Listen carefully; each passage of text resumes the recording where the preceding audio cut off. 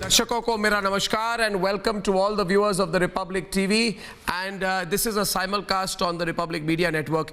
ये दोनों रिपब्लिक भारत और रिपब्लिक टीवी पर लाइव इस वक्त जा रहा है और हमारे साथ बहुत खास मेहमान हैं आज, कंगना रनौत। कंगना जी नमस्कार। पहले तो आपको बहुत बहुत बधाई जो ये मुहिम चल रही है और जिसमें आप बहुत बड़ा किरदार थे आपकी। 18 जुलाई को आपने मुझे एक इंटरव्यू दिया था और सारे ये जो सुशांत सिंह राजपूत का केस है दोस्तों, तभी से ये स्पॉटलाइट में आ गया। और दोस्तों ये कहने में मुझे कोई हिचक नहीं है कि 18 जुलाई से पहले लग रहा था हमें कि सुशांत सिंह राजपूत का मामला दबाया जाएगा, सच कभी सामने नहीं आएगा, मगर फिर कंगना रनौत ने एक इंटरव्यू दिया जहां पे उन्होंने खुलकर कई सवाल उठाए और उन्होंने ये खुलकर कह दिया था कि मुझे विश्वास नहीं होता कि सुशांत सिंह राजपूत ने आत्महत्या की है। उन्होंने ये कहा कि सुशांत सिंह राजपूत जैसे व्यक्ति, एक नौजवान टैलेंटेड एक्टर आत्महत्या नहीं कर सकते हैं। और उसी के बाद पूरी मुहिम शुरू हुई। तो पहली बात तो मैं आपको बधाई से शुरुआत करना चाहता हूं, आपने बहुत बड़ा रोल अदा किया इसमें। जब आपको वर्डिक्ट के बारे में पता चला तो आपके मन में कैसी feeling I and what is the message it sent out? Arnav sir, सबसे पहले आई थिंक बधाई के पात्र सबसे बड़े आप हैं, क्योंकि आपका जो रिलेंटलेसली जो आप इसके पीछे पड़े रहे, हमने बीच में शायद और भी काम किए हैं लेकिन आप हर दिन और अभी आई थिंक सोशल मीडिया पे जोक्स चल रहे हैं कि अगर अर्नव जी का बस चले तो वो सीबीआई में घुस के इन्वेस्टिगेट करे। मन तो करता है कभी। तो sir, everybody has come together and each one of SSR warriors, हमने ये जो आंदोलन है ये सिर्फ भारत में नहीं देखा, हमने देखा कि अमेरिका में लोग, मेलबर्न में, मलेशिया में, हर जगह इस केस से इस तरह से जुड़ गए थे कि लग ही नहीं रहा था कि कोई एक कलाकार की हत्या हुई है। ऐसा लग रहा था जैसे उनकी कोई फैमिली का कोई नौजवान बच्चा जो है अपने घर का, बिकॉज आपने उसको उस नजर से देखा। अर्नव सर, मैं आपको कहना चाहूंगी कि बहुत कम मीडिया वाले लोग होते हैं जो फिल्म एक्टर्स को इंसानों की तरह देखते हैं, नहीं तो उनके लिए वो हमेशा गॉसिप का मटेरियल रहते हैं।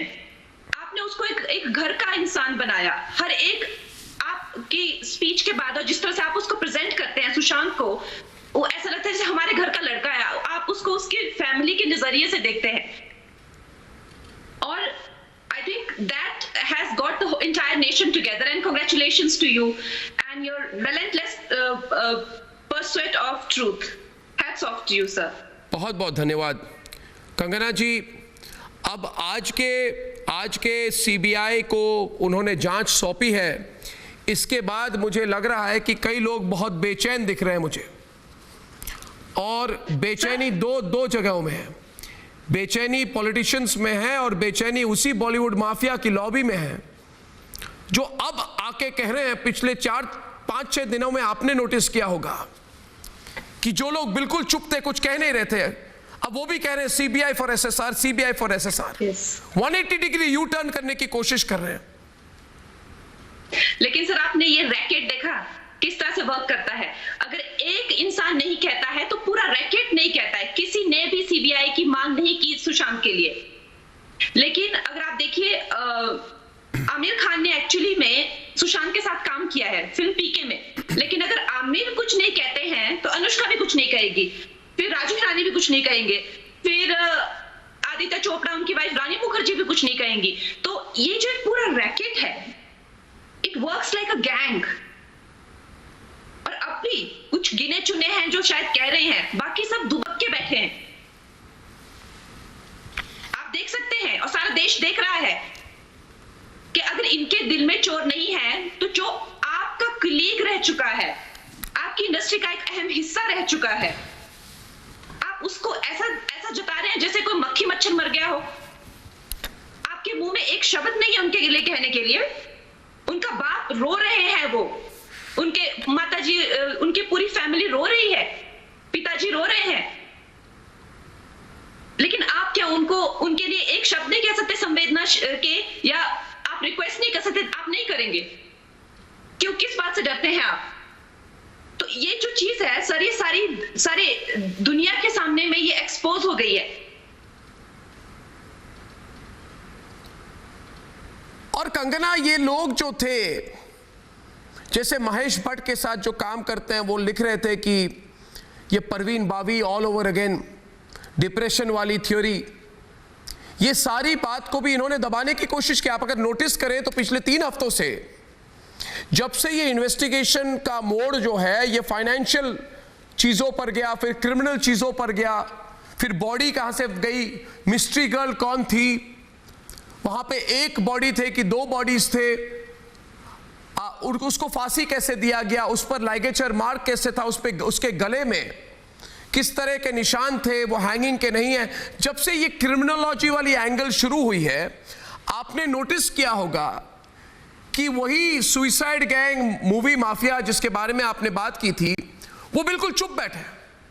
वो चाहते हैं कि जो झूठ उन्होंने बोला था, जिसका पर्दाफाश आपने किया था 18 जुलाई को, खुलकर आपने बोला था कि ये डिप्रेस्ड नहीं था, ये कोशिश, ये डिप्रेस नहीं था, वो बात, उस पर वो कुछ भी बोलना भी नहीं चाहते आप, मगर उस बात को छोड़ा नहीं जा सकता कंगना, उस बात को छोड़ा भी नहीं जा सकता। मेरी आज भी वही बयान है कि 2 ग्रुप हैं, एक जो आउटसाइड ग्रुप है जिसने उसको पूरी तरह से टारगेट किया, फेलियर, रेपिस्ट, ड्रंक, ड्रगिक घोषित किया, और उसके बाद जब वो बिल्कुल वनरेबल हो गया तो उसकी लाइफ में एक रिया टाइप कैरेक्टर आता है।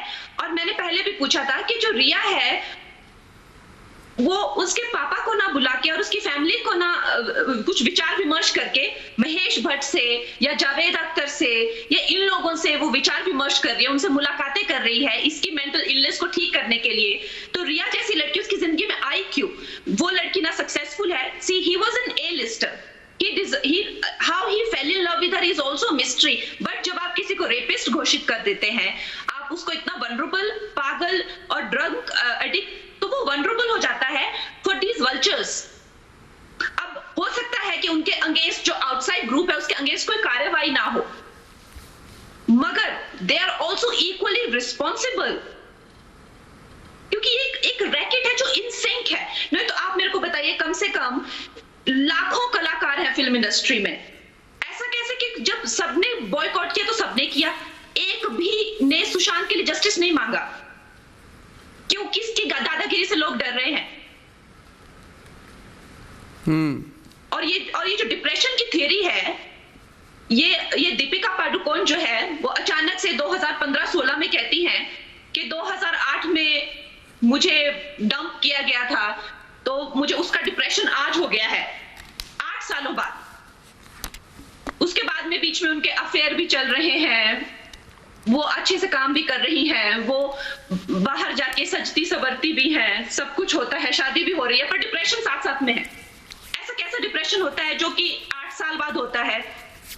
और फिर जब वो होता है तो उसके साथ में, because I know people struggling with mental illness, a huge part of their life goes completely dysfunctional, and it is arguable that can they really ever tap into their full potential as professionals and as in their personal life is arguable, and most will say that they can't because of their limitations.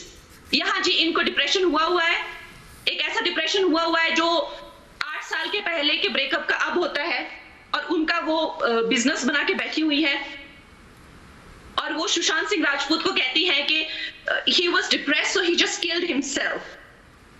और उसका देखिए वो पूरा फिर racket जो है उस तरह के कमेंट्स को लाइक करना शुरू करता है, रीट्वीट करना शुरू करता है। मेरा कहना ये है इन सब बुद्धिजीवियों को कि अगर वो कहती है कि मुझे 8 महीने का अफेयर का डिप्रेशन हो गया, अब मेरे बच्चे भी हो जाएंगे तब भी मेरे को वो डिप्रेशन रहेगा, चलो हम मानते हैं। आई एम नॉट सेइंग कि it can't happen, it can happen, yes. But जब सुशांत के पिताजी कहते हैं कि वो बाइपोलर नहीं है, वो खुद कहता है कि मैं बाइपोलर नहीं हूं, मैं कहती हूं कि मैं बाइपोलर नहीं हूं, तो why don't you give us benefit of doubt? Let us B ना, जिसको मेंटल इलनेस बनना है वो बने, और जिसको मेंटल इलनेस नहीं बनना है उनको रहने दीजिए ना। आप क्यों हमें जबरदस्ती मेंटल इल बना रहे हैं? कंगना जी, और एक बात है, इसी को लेके लिंक्ड बात है कि मुझे लगता है कि अभी भी रिया चक्रवर्ती के पीछे बहुत बड़ा ग्रुप है। रिया चक्रवर्ती और उनके वकील को सामने रखकर, उनके परिवार को सामने रखकर पीछे सब लोग छिपे हुए हैं, और मुझे लगता है एक और कारण कि इतनी बड़े जोर से पूरी कोशिश की महाराष्ट्र सरकार और मुंबई पुलिस ने सुप्रीम कोर्ट में जाकर जिस तरह से लड़ाई लड़ी, जिस तरह से रिसोर्सेस लगाए उन्होंने इसको लड़ने में, और अभी भी लड़ रहे हैं। आखिरी वक्त तक उन्होंने कहा सीबीआई जांच नहीं होनी चाहिए, नहीं होनी चाहिए, नहीं होनी चाहिए। फिर अब रिया चक्रवर्ती कहती है नहीं, मैंने तो पहले ही बोला था कि सीबीआई जांच होनी चाहिए। मेरा सवाल यह है कि मुझे लगता है कि अभी भी वो एक बहुत पावरफुल हो सकता है पॉलिटिकल या बॉलीवुड माफिया की लॉबी है जो डरी हुई है, क्योंकि अगर उन्हें डर नहीं होता कंगना, अगर उन्हें डर नहीं होता तो इतनी कोशिश क्यों करते कि सीबीआई की जांच कुछ भी हो नहीं हो। सर मुझ पे भी क्रिमिनल केसेस हुए थे और मेरे जो लॉयर जो मेरा कॉन्ट्रैक्ट देखते हैं रिजवान सिद्दीकी और मेरे जो फैमिली लॉयर हैं उन्हीं को मैंने कहा कि you please reply to this accusations. अगर मुझे जो रिया चक्रवर्ती ने लॉयर हायर किया है, अगर मुझे उनकी अपॉइंटमेंट चाहिए होना तो मुझे 1 हफ्ता लगेगा to find the link and connection and to get through to him.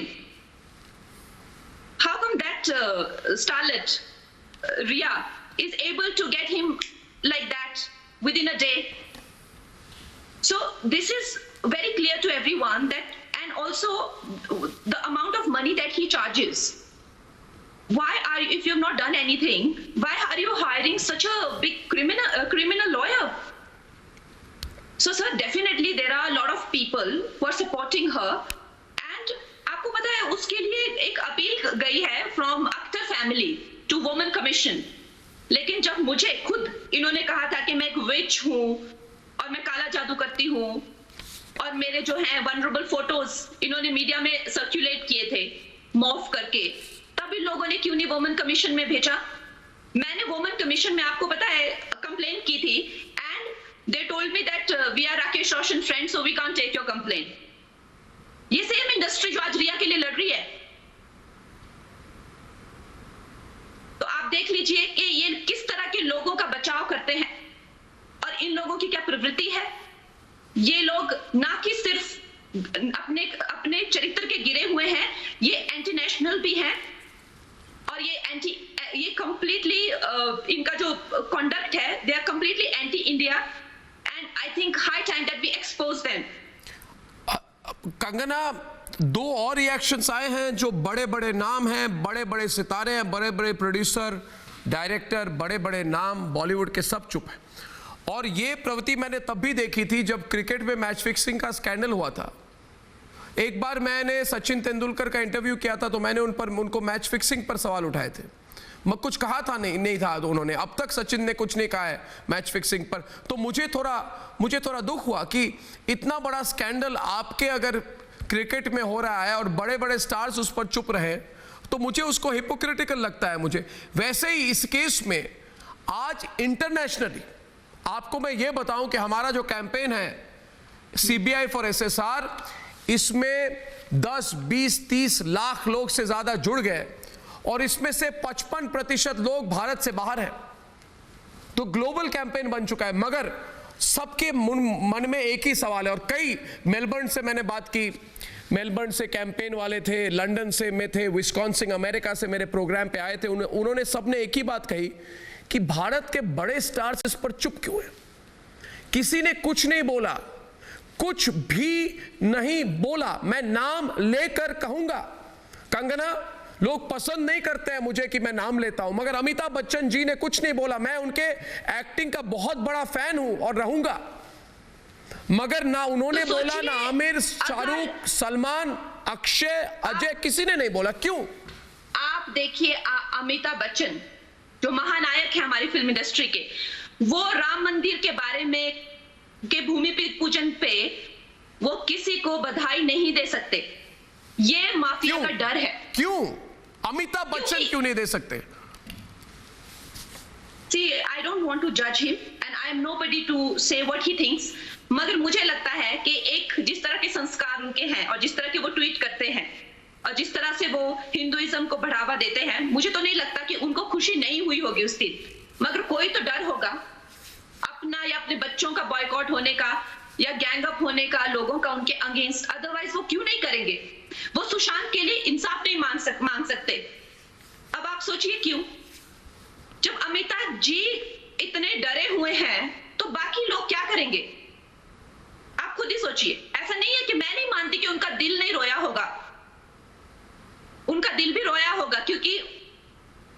जिस तरह से सुशांत था, जिस तरह से वो सबका मन मोह लेता था, वो मेरी तरह नहीं था बड़बोला। वो हमेशा जो सबसे जो है दोस्ती करके रखता था और सबका मन मोहित कर लेता था। तो उनका भी दिल रोया होगा, मगर वो कुछ नहीं कह सकते।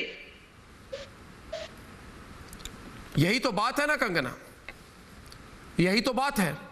और अगर हम सवाल पूछे तो कहा जाता है आप बड़े सितारों से सवाल कैसे कर रहे हैं, मगर सच्चाई तो किसी को कहनी पड़ेगी। अगर आपने सच्चाई, दोस्तों मैं और एक बात कह दूं, मुझे पता है कि इस वक्त लाइव बहुत लोग इस इंटरव्यू को देख रहे हैं रिपब्लिक भारत, रिपब्लिक टीवी पर, and I know that many of them criticize Kangana for speaking up, and I know that she's been attacked, but I want to ask all of you, what is she being attacked for? Kangana पर attack क्यों हो रहा है? इस पर भी हम खुलकर सवाल करें, अपने आप को सवाल करें, कंगना पर अटैक क्यों हो रहा है? बड़े बड़े स्टार्स, बड़े बड़े एक्टर्स जो बहुत टैलेंटेड हैं, वो कंगना रनौत को हाफ एजुकेटेड स्टारलेट कहते हैं। Nasiruddin Shah said no one is interested in the opinions of some half educated starlet, and I want to tell Nasiruddin Shah, sir, what is your definition of education? If people can go to the greatest universities and still speak in an illiterate way, or there are people who may not have got those PhDs, but who speak from their life experience, their struggle and their wisdom, then I respect the second more. तो ये जो बात है, आपको मैं हिंदी में भी कह दूं दोस्तों कि कंगना रनौत को नसीरुद्दीन शाह अटैक करते हैं, बाकी चुप रहते हैं, और जब बोलते हैं तो कंगना को अटैक करते हैं। इस पर मैं चाहता हूं कि वो प्रतिक्रिया दे हमें। सर, मैं आपको कहना चाहती हूँ कि चाहे नसीरुद्दीन शाह जी हैं, या आमिर खान जी हैं, या जावेद अख्तर जी हैं, या शाहरुख खान जी हैं, ये सब खुद पॉलिटिक्स बेस्ड, एजेंडा बेस्ड जो है काम करते हैं। क्या ये सब जानते हैं कि ये सब मोदी जी के विरुद्ध है? इन लोगों ने पेटिशंस फाइल किए थे, अवार्ड वापसी की थी, इन्होंने उनका यूएस का वीजा में जो भी अपने अपील्स किए थे उनका रद्द कराने के लिए। ये लोग पॉलिटिक्स बेस्ड, और जो नसीर सर ने जो सीए के खिलाफ जब पूरे मैंने बोला था तो उस पे भी उनकी टिप्पणी रही थी। तो ये जो है, ये पॉलिटिक्स बेस्ड अपना पूरा एजेंडा चलाते हैं फिल्म इंडस्ट्री के अंदर। लेकिन अगर आपका सेम एजेंडा ना हो तो आपको जीने का हक नहीं है। ये इनका दर्द है, ये कहीं पे निगाहें, कहीं पे निशाना है। नसीर जी को नहीं लगता है कि मैं हाफ एजुकेटेड स्टारलेट हूं। इनको इस बात का गुस्सा आया है कि मैं मोदी जी की प्रशंसक क्यों हूं, कि मैं हिंदुइज्म की प्रशंसक क्यों हूं, मैं अपने धर्म पे, अपने बैकग्राउंड पे गर्वित क्यों हूं। मैं सुशांत सिंह राजपूत, जो अपने नाम के पीछे डंके की चोट पे राजपूत लगाता था, तो मैं कंगना रनौत क्यों हूं और गर्वित क्यों हूं, उसको लेके शर्मिंदा क्यों नहीं हूं। तो ये लोग जो हैं पॉलिटिक्स बेस्ड एजेंडा चलाएंगे, लेकिन कोई दूसरा चलाए तो उसको ये लोग सरेआम मेंटली लिंच करवाएंगे उसको। मगर क्या है, उनको दिख नहीं रहा है कि एजेंडा उनका नहीं चलेगा? मुझे लग रहा है कंगना, मैं आपके इंडस्ट्री को ज्यादा नहीं जानता, समझता भी नहीं, और कोई रोल भी नहीं है मेरा बॉलीवुड इंडस्ट्री में, मगर मुझे लग रहा है कि एजेंडा नहीं चलेगा। मुझे लग रहा है बदलाव आ चुका है, क्योंकि इस तरह का पब्लिक कैंपेन लोगों ने देखा नहीं है इससे पहले। Sir, I am so exhilarated today. We are at the threshold of new India. Yes. And we have great minds like you and great leadership in the center. And we have virtually we have got this amazing opportunity. We are in a world where millions of us can join hands to get anything done. So it's a new world, new possibility, and these people should know, they should learn to respect others' democratic rights as well. So all these people who cry about secularism whole day, now about time that they learn to be secular themselves, because they themselves don't want to be secular, but they want us to be secular. Now that is the agenda. Abhi aise kaise chalega? You also change, we also change. We should meet somewhere in the middle, right? Yes. But they don't want to change, and they want us to change. So it doesn't work like that, and it should not. And today this verdict is a historic, and we are part of history thanks to you, and I'm so grateful to this new change that we are seeing in India. लोगों की मुहिम है, लोगों की मुहिम है कंगना, लोगों की मुहिम है। आज इतनी अफरा तफरी है ना, आप तो मुंबई में नहीं है, इतनी अफरा तफरी है मुंबई में, मीटिंग पर मीटिंग चल रहे हैं कि क्या करें अब हम। मुंबई के मुख्यमंत्री ने इस केस में आज इतनी मीटिंग की, शायद उन्होंने पहले कभी इतनी मीटिंग नहीं की हो। ये घबराहट है, ये हड़बड़ी है, ये डर है, और उनको लग रहा है कि सीबीआई वाले कहां अपने तीर का निशाना लगाने वाले हैं। मगर एक सवाल मेरा आपसे तब भी था और अब भी है कंगना, कि 18 तारीख को, 18 जुलाई को आपने, आपकी इंटरव्यू ब्रॉडकास्ट हुई हमारे चैनल पर, उससे 1-2 दिन पहले शायद हमने रिकॉर्ड की थी। उसके बाद अनुराग कश्यप, इन्होंने एक ट्वीट में खुलकर कहा, धमकी दी, मैंने खुलकर कहा, यह धमकी थी कि उन्होंने कहा, शब्दों का प्रयोग बहुत बड़ी चीज होती है कंगना, उनके शब्दों का प्रयोग मैं आपको याद दिला दूं। उन्होंने कहा इस सब का अंत यही होगा, इस सब का अंत यही होगा। It was a threat that we will, हो सकता है, यस प्लीज, अब हो सकता है उसको नेक्स्ट सुसाइड बॉम्बर या कुछ बना रहे हो, who knows?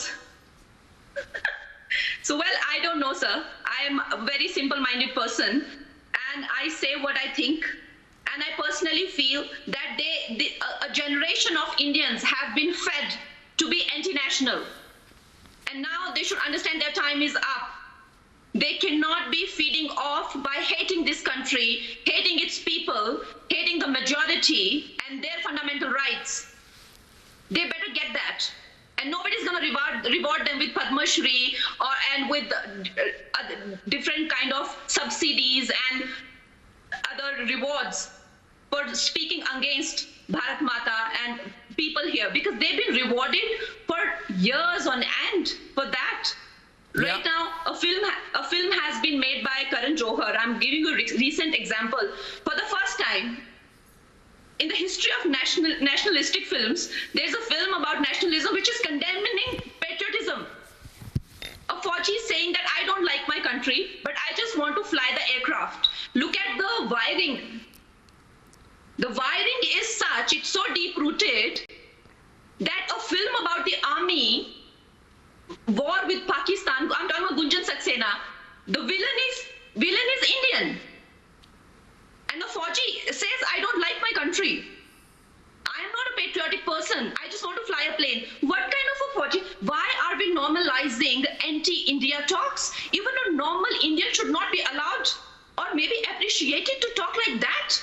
I don't like my country. What is this? I will also add, आप गुंजन सक्सेना मूवी के बारे में बोल रहे हैं, फौजी परिवार से मैं भी हूं, हमारे परिवार के बहुत लोग फौज में हैं और थे, मगर जिस तरह से इंडियन एयरफोर्स की छवि को खराब करने की कोशिश की गई है उस मूवी में, मुझे तो लगता है नेटफ्लिक्स हो कोई हो, ये नेटफ्लिक्स, ये विदेशी जो OTT कंपनीज हैं, उन पर भी कोई तो जिम्मेदारी होनी चाहिए उनकी। और ये फिल्म जो करण जौहर ने बनाई है, ये कभी सुधरेंगे नहीं। मैं कहता हूं कि आपने फौज पर मूवी बनाई है और उसमें ही आपने दिखाया है कि फौज के लोग एंटी वुमेन हैं। सर, ये हार्ड वायर्ड है। जैसे you know, it is so easy and spontaneous to make a film about an army person about patriotism. It is very difficult to remove patriotism out of their lives. They have managed to do that. Imagine how hardwired they are. But they should realize, even these Anurag Kashyap and gang, they are feeding off maligning India and Indians all across the globe. They're getting appreciated for that. You know, even you're in journalism, you get to write in Washington Post and all that. For what? You have no special qualification unless you abuse India and its prime minister and the culture here and try and give a different perspective to... क्या इस पड़ाव के बाद आपको लगता है भारत की जो सिनेमा इंडस्ट्री है, हकीकत बदलेगी वहां पे? आपको क्या लगता है कि क्या थोड़ा बदलाव आ रहा है? क्योंकि मुझे लग रहा है आ रहा है, इसको सस्टेन करना होगा। आपको क्या लगता है? क्योंकि भारत के सारे लोग राष्ट्रवादी हैं कंगना, और भारत की फिल्म इंडस्ट्री भारत में भारतीयों के लिए मूवी बनाकर राष्ट्रवाद के खिलाफ कैसे खड़ी हो सकती है? सर खड़ी है। आप एक पीके फिल्म बनाते हैं जिसमें आप हिंदुइज्म के बारे में इतना गलत दिखाते हैं और it becomes a big hit. आप एक फिल्म बनाते हैं संजू जिसमें आप वुमेन एम्पावरमेंट की धज्जियां उड़ाते हैं, it becomes a big hit. आप एक फिल्म बनाते हैं रानी पद्मावती पे जिसको आप सेक्सुअलाइज करते हैं, it becomes a big hit. because the way it is done, it is injected into you very softly, you don't know। तभी तो अक्सर ये लोग जो आपकी कन्वर्जन करते हैं ना, all they claim to be atheist, सबसे पहले तो ये आपको दिखाएंगे कि वो एथिस्ट है। सर ये बहुत बड़ा रैकेट है। This is a very big racket. Film industry is a very big racket. और ये इतने भोले नहीं है कि जब ये आपकी रानी पद्मावती को सेक्सुअलाइज करेंगे तो बताएंगे आपको, ये बताएंगे नहीं आपको, यही बताएंगे कि ओ उसकी हम लोग महानता के लिए फिल्म बना रहे हैं। So sir, this is psychologically they treat us, but now I think people are beginning to be awakening to this kind of corruptions. मगर एक बात और आपसे पूछना चाहूंगा, आपने कहा लोग डरते हैं, किस चीज से डरते हैं कंगना? किस चीज से डरते हैं? बड़े बड़े स्टार्स, बड़े बड़े लोग जिनके पास सब कुछ है, किस चीज से डरते हैं? सर देखिए, सबसे पहले तो they are the industry the way it is run by mafia. ये माफिया कौन है? कि आपने ये माफिया आप कह रहे हैं, माफिया मतलब कौन है? Sir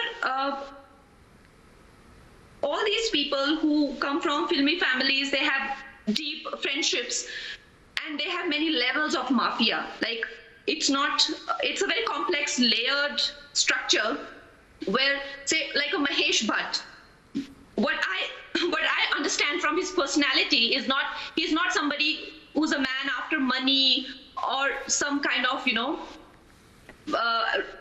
recognition. No, he wears chappal and he wears a shirt. He has a Sufi kind of attitude to him, which is very genuine. But his entire pursuit is to make jihadi films. He's completely into that. So he's completely into psychologically treating the masses. And then there is racket number 2, like Karan Johar's. And these people who, like I said, even if they make Razi's writer has gone officially, he's fighting against them and saying that they changed the film to suit Pakistan's narrative. So they make anti-national films. And then there is and then there are like Javed Akhtar and company who are the so-called atheist, but then their whole group is about keeping an eye on who is Islam friendly and who's not Islam friendly, and then accordingly basically they will filter people.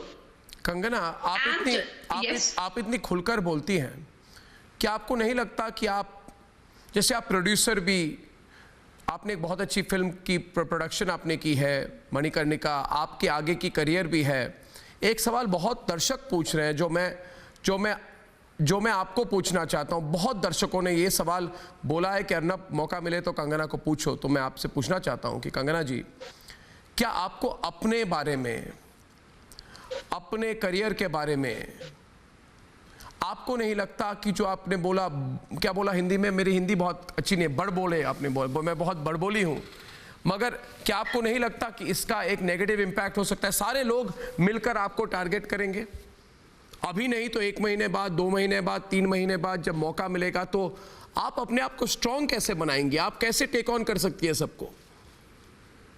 Sir I don't know, I have not thought it through. Hindi में जरा बोलिए, क्योंकि हिंदी के सारे दर्शक भी सुनना चाहते हैं इस बात को। या जी सर, मैंने इस बारे में इस तरह से इस पहलुओं को ये नहीं किया कि मेरे हक में क्या है और मेरे हक में क्या नहीं है। इस तरह से मैं किसी चीज को देख नहीं पाती हूँ, क्योंकि फिर तो हम जिंदगी में घर से ही ना निकल पाए, क्योंकि आजकल कोरोना भी तो इतना सोच के मैं कुछ नहीं करती हूँ। But I know one thing कि इन लोगों ने मुझे इतना सताया है कि अगर ये, मैं ये सोच सकती हूँ कि सुशांत की इन्होंने क्या हालत की होगी अगर ये उसका 1% भी फील कर लेना अभी इस टाइम पे, कि क्या बेइज्जती क्या होती है, कॉर्नरिंग करना किसी को क्या होता है, पब्लिक ह्यूमिलिएशन क्या होती है, ब्लेमिंग क्या होती है, बदनामी क्या होती है, अगर ये जो बाबा और बेबी है ना, इनको पता चल जाए ना, तो ये लोग ये अपनी बदमाशियां बंद कर देंगे सर। मैं बस ये चाहती हूँ इनको 1%, जो सुशांत को इन्होंने किया ना, जो मुझे किया, उसका 1% फील हो जाए इनको, because I just want to awaken them to our pain, और मेरा कोई मकसद नहीं है। वो तो दिखता है, आप बहुत खुलकर बोलती है और आप बेझिझक बोलती है। कंगना जी, दो चीजें आपको कहना चाहता हूं कि ये सारी मुहिम जो है, आपके करियर में बहुत कुछ आप शायद अचीव कर चुके हैं और करेंगी, मगर आपने एक पब्लिक अवेकनिंग में बहुत बड़ा रोल आपका रहा है 18 जून से लेके अब, जुलाई से लेके अब तक, यानी कि आपने अपने मास अपील, अपने बोलने की शक्ति से लोगों को प्रभावित किया है सही दिशा में। ये बहुत बड़ा कंट्रीब्यूशन है आपका। लेकिन सर मैं I just want to as a, जी प्लीज प्लीज। बहुत sir, I just want to thank the leadership, जो हमारी सरकार है, और जिस तरह से ये सिर्फ बॉलीवुड में ही नहीं होता, आप देखो ना शास्त्री जी के साथ उन्होंने कैसे क्या किया, नरसिम्हा राव जी की लाश के साथ क्या किया, तो ये माफिया हर एक फील्ड में है। लेकिन जब हमारा लीडर एंड हमारी जो लीडरशिप है वो एक हमें कॉन्फिडेंस देती है, मुझे नहीं लगता है, मैं आपको बता रही हूँ 2000 से 14 मेरा ओपन मर्डर करते थे ये लोग सड़कों पे, और कोई लाश भी नहीं उठाता था, ये मैं आपको क्लेम करती हूँ। और आप कोई नहीं दुनिया में माइकल लाल मुझे कह सकता कि मैं झूठ कह रही हूँ, क्योंकि ऐसा हुआ है 2014 से पहले। दिव्या भारती का क्या हुआ, श्रीदेवी का क्या हुआ, सो ये चीजें होती थी, मगर अब मुझे नहीं लगता कि मेरा कोई कुछ बिगाड़ सकता है, और किसी के भी साथ बेइंसाफी हो सकती है, और जिसके साथ बेइंसाफी हुई है, और देखिए आप पूरी दुनिया कैसे अवेकन हो गई है, we have to give it to the leadership that we have. जरूर जरूर जरूर, और इसलिए बहुत जरूरी है कि और सर मैं दूसरी चीज, बहुत सारे लोग मुझे कहते हैं कि भाई इसको टिकट दे दो, मुझे टिकट नहीं चाहिए, मुझे टिकट दोनों पार्टी से ऑफर हो चुकी है, from Congress also and from BJP also, but I have not accepted it. Well I do you ever think, but sir, you know, for people to dismiss me and discredit me saying that I want to join politics, I just want to make it clear that I have been offered to join politics. If I wanted, I could have. For now, I'm not thinking for it, but I do, as an individual, I'm very appreciative of people who have dedicated all their lives for this country, which is so ungrateful. True. I'm very appreciative. Don't make me apologetic for that, please. कोई जरूरत I'm नहीं। very appreciative of you, sir. I'm very appreciative for everyone who put their lives at stake for us. So don't tell me that I am here for my ulterior motives. वो तो देखने का, it's a way you look at it, you know, देखने का नजरिया। लोगों का कभी कभी ऐसा हो जाता है, आपकी बात को देखकर ये भी कोट हो जाएगा, कंगना रनौत ने कहा कि I have been offered tickets but I have not taken. That's very important कि आपने खुद से ये बात कह दी। देखिए कंगना जी, अभी हमारी मुहिम शुरू हुई है, और आपने बोला कि इस देश के लीडरशिप ने काफ़ी दिशा दिखाई है, डायरेक्शन, हौसला बढ़ाया है लोगों का, मगर सीबीआई को इस केस को लॉजिकल कंक्लूजन तक ले जाना पड़ेगा। सुशांत सिंह राजपूत की हत्या हुई है दोस्तों, इसका एक्सपोजे तब खत्म होगा जब जिन्होंने हत्या की है उनको जेल भेजा जाए। Kangana Ranaut for speaking to me, मेरे साथ और रिपब्लिक नेटवर्क के साथ बात करने के लिए बहुत बहुत धन्यवाद, and thank you Kangana, thank you.